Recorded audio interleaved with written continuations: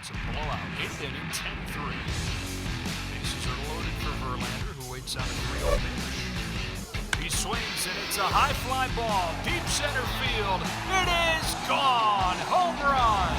And a huge bat flip to celebrate. All right, Ben, start the show already. What is up, everybody? Welcome into another episode of Flippin Bats. It is Friday. We got a good one for you today. Shannon Drayer, insider for the Seattle Mariners, is about to join me here in just a few minutes. We're going to talk a lot about Julio Rodriguez because I'm wearing his shirt. He's rolling. He could go 30-30 this year. He could go 40-40 at some point in his career. So I'm going to talk to her about him. But this Mariners team is rolling right now. They've won 12 of their last 15. They're just a few games out of a wild card spot. So I'm excited to talk to her, talk about the injuries that they've gone through, when they're going to come back, what Jerry Dipoto is going to do at the trade deadline. We'll hear from her what she thinks in just a second. So let's welcome her in now, Shannon Drayer. Shannon, thank you so much for joining me. No problem. So where I want to start with here, I'm rocking the shirt. As you can see, the J-Rod show. Things are turning around in Seattle. Won 12 of their last 15 games, which is best in baseball in that stretch. What's been the difference in this last 15 games? What has been the difference maker for the Seattle Mariners of late?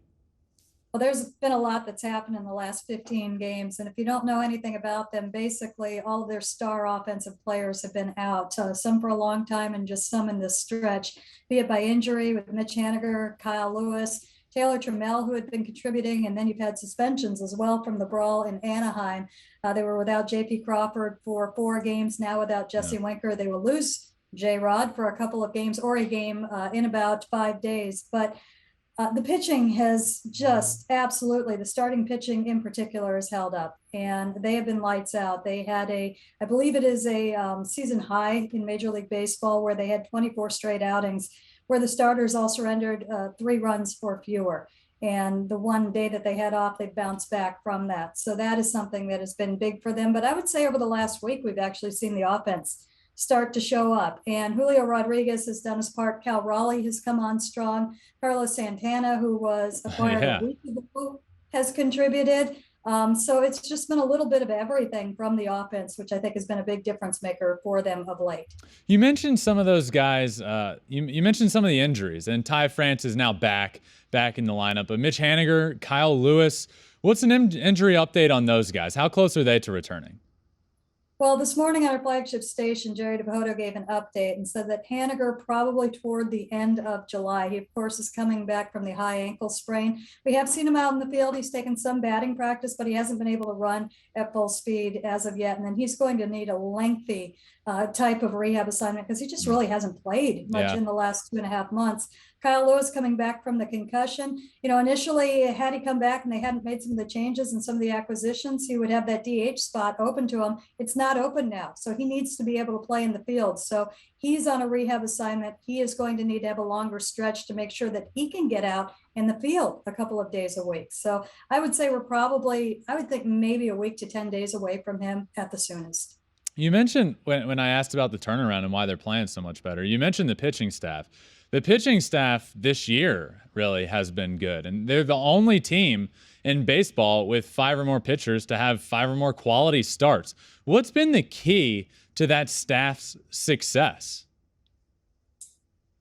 Some of it, I mean, obviously some of it is talent and who they have. Logan Gilbert has taken a huge step forward off of what was a really good rookie campaign last year. George Kirby has come up and only had a couple of bumps in the road and bounced back after those. And Robbie Ray did not get off to the start that they wanted him to. He on the fly added a 2-seamer. And the next thing you know, he's Cy Young Robbie again and has been for the last 4 or 5 outings. But I think that if you want to look at something that the Mariners do, they're a very analytical-based organization, and they are big believers in the counts, the 0-0, the 0-1, the 1-1 counts, that the pitchers have got to win those counts. And I think that if you look at them all the way from the starting rotation to the back end of the bullpen, that's what they're trying to do. There's been buy-in, and for some of them, it's taken a little bit longer. Robbie Ray came from a different organization. He had his way of doing things. He didn't even want to use PitchCom. He didn't use PitchCom first few games, you know? So, but he said it had to be organic, and as a rotation, we got there after about the first month, and we're seeing the bullpen pick up with it as well. So let me go back. You said Robbie Ray, who's coming off a Cy Young year, on the fly added a two-seamer. I didn't know about that. Talk about that for a second. Oh my gosh. Okay, well, he did not at all get off to the start that anybody thought he would get. He was getting hit.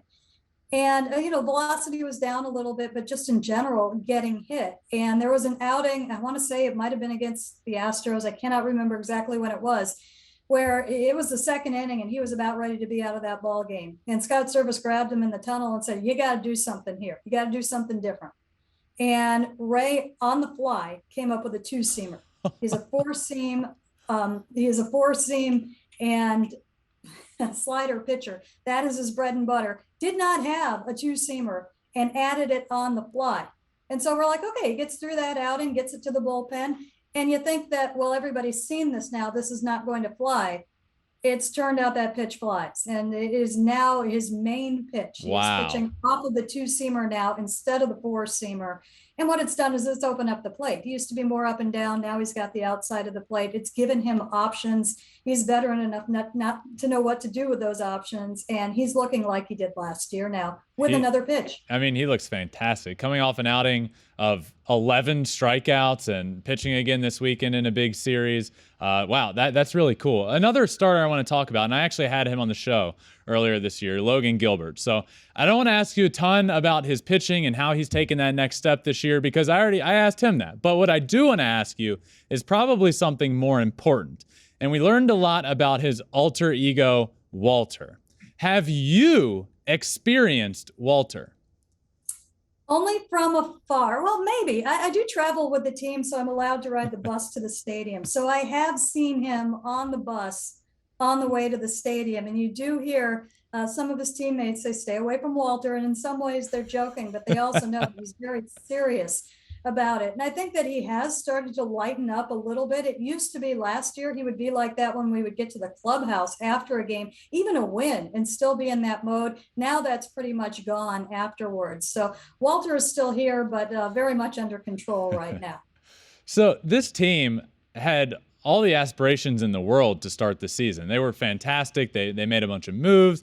Jesse Winker, Eugenio Suarez, Adam Frazier, Robbie Ray. I mean, this team that was already really good last year added and looked to be the real deal this year. And it's no secret. The season didn't get started off the way they wanted, and it hasn't been going the way they wanted until the last few weeks.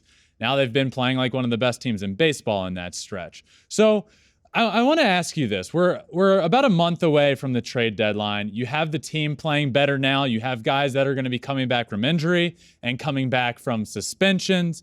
Does this team do anything at the trade deadline? Or do they say, we now have the team that we wanted, we're good with this?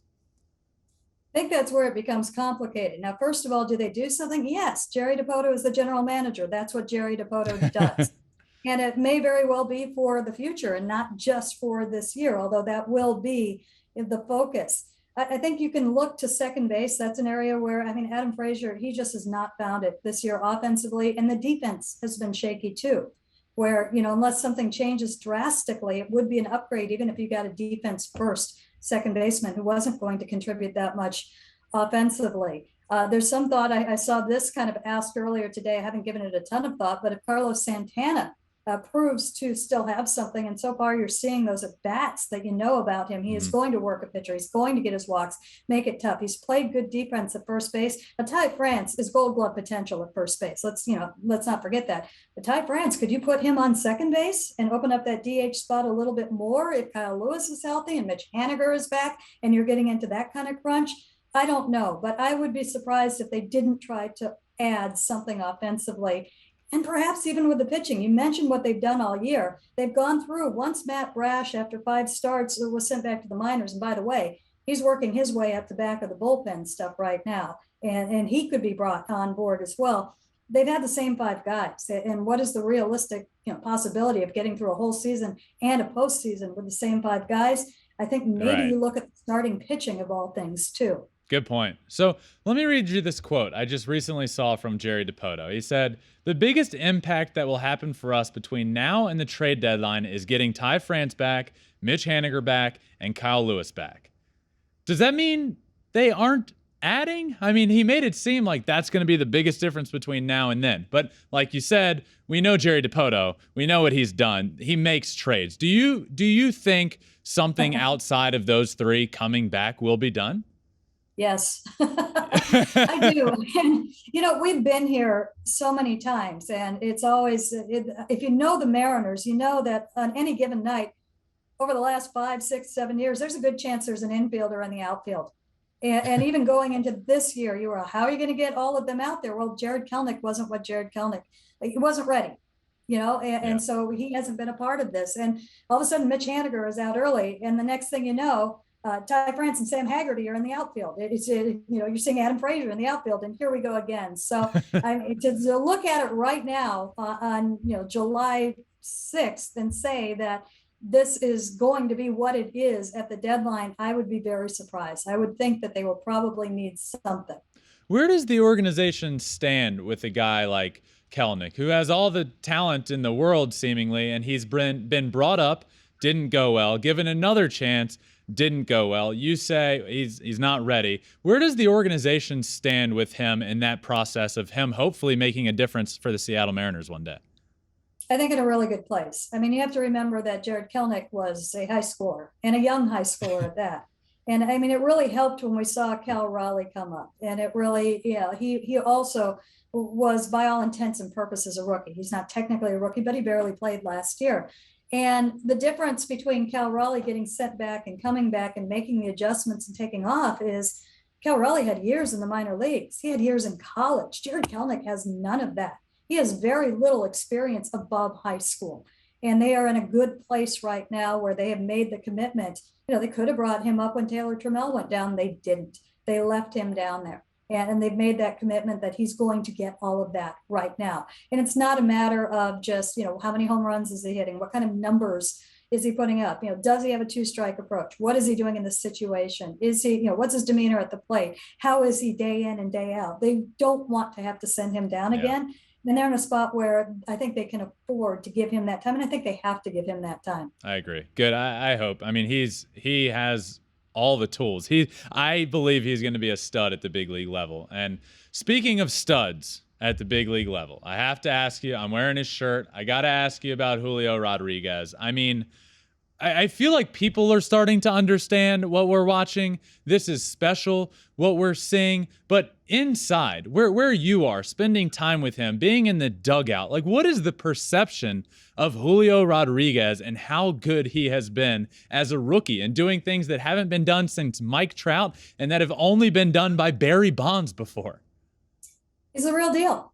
And I say that coming, I've had 3 spring trainings with him before this year. Mm-hmm. And he was so impressive in each and every one. He checks all the boxes, not just what he does on the field, but off the field as well. Being able to manage the media requests, being able to manage the marketing end of it, that is such a big part of it right now. Being a teammate, being a rookie teammate as well.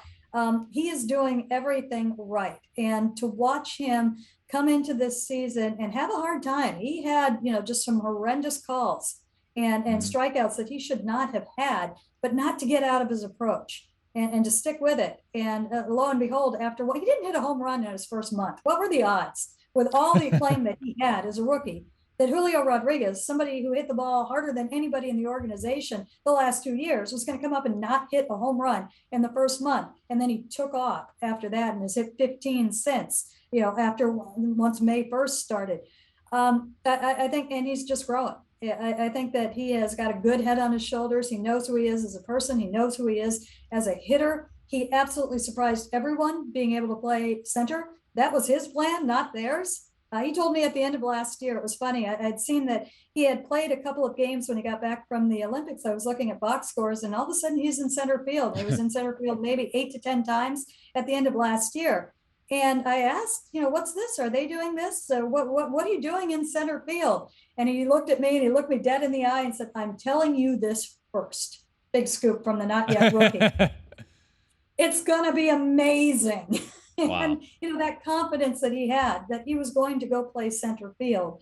And then, of course, he improved his speed over the offseason, came back, stole more bases, was a better base runner than anybody expected he could be, especially at his size. He has been absolutely amazing. Unbelievable. What a talent. He's on pace as a rookie to go 30-30. Let me put you on the spot here. Now, I'm saying on the spot because there's only been 4 players in history that have ever done this. Does Julio Rodriguez become one of those players to go 40-40 at some point in his career? Oh, at some point. Yeah, this year I'm like, well, taking April off, that's not going to happen. Yeah, not this year. I think it's going to be tough because at some point he's not going to, I don't know that he's going to have that speed for that long. Yeah. I think that is going to be kind of the factor in that. If he does it in the next few years, yes. The other thing though is that anything you put in front of him, or more specifically, if you tell him you can't do something, he's going to go out and do it. So I have no doubt that he's seen that carrot is there. It's such a hard thing to do. So on the spot, I'm going to be a homer and say yes, but intellectually, I'm not sure. Yeah, I'm not the homer you are, and I would still say yes at this point, and I hope it happens. So I had Ty France on this show earlier this year, and I asked him a question, and his response was about Julio Rodriguez. I asked him about Julio Rodriguez, and he said, you can come up here and be his babysitter. He said with a smile on his face. It was all joking, and we all know he's like he's a baby. He is a baby. What was to that comment? You can come up here and be a babysitter. Are there some moments of just jokes and immaturity up there in the big leagues? Not really from Julio. I'm not saying he's all serious. He's definitely very lighthearted, finds joy in the game. That reminds us of Griffey. That's who we see, the way that he approaches the game. But that's more about Ty. And that's a neat thing about Ty France right there, that as young as he is, he's taken on a leadership role in that clubhouse. And he is the guy that is going to keep it light and have, he'll get on guys, but in a very cheerful, funny way. And it's that was him. That is something that he would have said to Julio in the clubhouse. And I think he gave you a little bit of a look at that. That's great. It sounds like there's a good atmosphere up there. Last thing on Julio. I mean, this guy appears to be a future, hopefully all-star this year. I think he should be, but a perennial all-star he's got all the tools to be great. Are we talking, and I guess this is again putting you on the spot, but could we be talking like a Ken Griffey Jr. type legacy in Seattle at some point? Is that how good he is?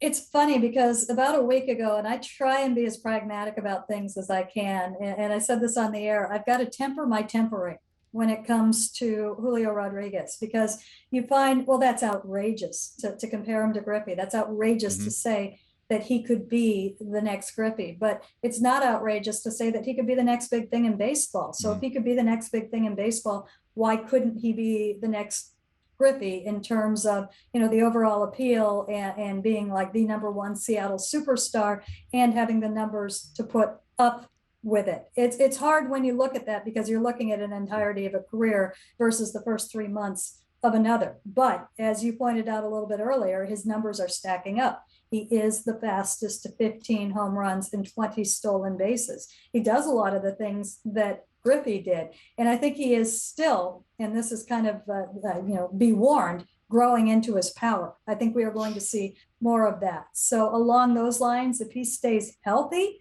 from everything that we know about him and have seen behind the scenes, it would appear that he could be on that kind of track. Yeah. Everything that you're seeing is real. It's not by chance. He's very smart in what he does. He's got a great approach at the plate. He's able to, we're seeing him make in at bat, not just in at bat, but adjusting on pitches as well right now. And it's an incredibly mature approach that he has and what he does at the plate. So along those lines, it's hard. It's still hard for me to say that because we're talking about Griffey, but I think the best answer to that at this point would be why not? All right. So, quote Shannon Drayer, Julio Rodriguez is better than Ken Griffey Jr. already. No. Way too soon. Way too soon. But he's on a really good path. So with this Mariners team that let's say they don't make the playoffs, and I hope they do because I predicted it at the beginning of the year. I predicted the playoff drought comes to an end. They're about 4 games out of a wild card spot right now. But let's say they don't make the playoffs. Are Scott Service or Jerry DiPoto or both on the hot seat here? I don't think so. I think that, I know to date, it appears that ownership and Jerry DiPoto have been on the same page. This is their guy and they've supported him. And Scott Service has been Jerry DiPoto's guy since day one. And I think that if you look at the challenges, and let's remember, Scott Service was a Manager of the Year runner-up last year. And I think he's had even bigger challenges this year because there are expectations to get to the postseason, and you've lost half of your offense. And now we're starting to see that offense take steps forward, and to do it with the Dylan Moores and the Sam Haggertys and the Abraham Toros, and not the Mitch Hanigers and Kyle Lewises and players that you expected, and Jared Kelnick's that not taking that step. I think that he should be in especially with the turn that they have taken in the last 10 days. I think that he should be okay. And all of that said, postseason that is the expectations this year. Yeah. And that is the expectation that was set when they did the step back or the rebuild after the 2018 season. They were hoping it would be a year sooner, but I can't fault them when you've lost an entire year in the minors and played a 2-month season. True, good point. COVID. So you got to push it out 1 year, but we're there. This is the year they were expected to contend. There are no guarantees. There's been an extra wild card that's been added since then. So I think it's very important. I think that's a very fair expectation that they make the postseason, even though they've had the hurdles that they have had and kind of the obstacles this season. Yep. So last one for you. We just talked about it. The expectations are there. They haven't started off this year great, but now they're playing better. They're 4 games out of a wild card spot behind the Toronto Blue Jays. Now comes this weekend, 4 games against the Toronto Blue Jays. What does this weekend mean to the team, to the city? Are the fans going to pack in? How excited are you for this weekend? Should be a lot of fun. And this is a rivalry game. We are very close to Canada and the Toronto Blue Jays, even though they're on the other side of Canada. They are the national team, and Blue Jays fans traditionally have come down in force to the point where it's almost sounded like an away game for the Mariners in that series. So you are hoping that they turn out and support the Mariners, because that's not something that they have had in this series for some time. So along those lines, I think it's very important. Obviously, for tiebreaker implications, it's very important because Toronto is going to be, fighting for a spot as well. So along those lines, absolutely huge. I think it's very important also. The Mariners have struggled at home this year, and they need to get their home footing. They started to on the last homestand, so you want to see them continue there. And with players coming back and going into the break, it would be great if you were at 500, over 500, just under 500. You don't want to fall any further back at this point. And I think the biggest thing is you want that momentum that you seem to have generated with this 12-3 run. Man, it's going to be exciting. I have heard that the crowd is going to be packed. I'm hopeful the fans show up. We saw it for one series at the end of last year when the Mariners were right there. I'm hopeful we get that atmosphere again this weekend, because it's special when that place is packed. I have a lot of players on this show, and I always ask somebody their favorite stadium.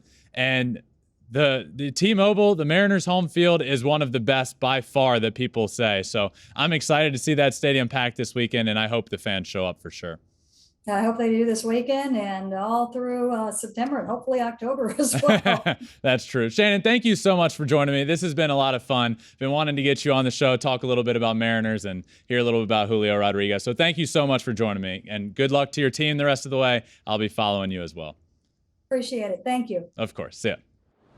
All right, I wanted to thank Shannon again for joining me. That was a lot of fun, a very good conversation. I'm excited to watch the Mariners down the stretch. At the beginning of the year, I predicted they ended the playoff drought. I didn't feel great about it a month ago. I still don't feel great about it, but I feel a little better than I did a month ago. So we shall see. This weekend will be a big series to see where they're at. So thank you all for listening. I hope you enjoyed this. This has been another episode of Flippin' Bats. Make sure you're subscribed wherever you listen to your podcast. Rate it 5 stars if you can. We're also on all social media: Twitter, Instagram, Facebook, TikTok at Flippin' Bats Pod. Also on YouTube as well. You can watch every episode there, Flippin' Bats Pod as well. Thank you all for listening, and I will see you next time on Flippin' Bats. Peace.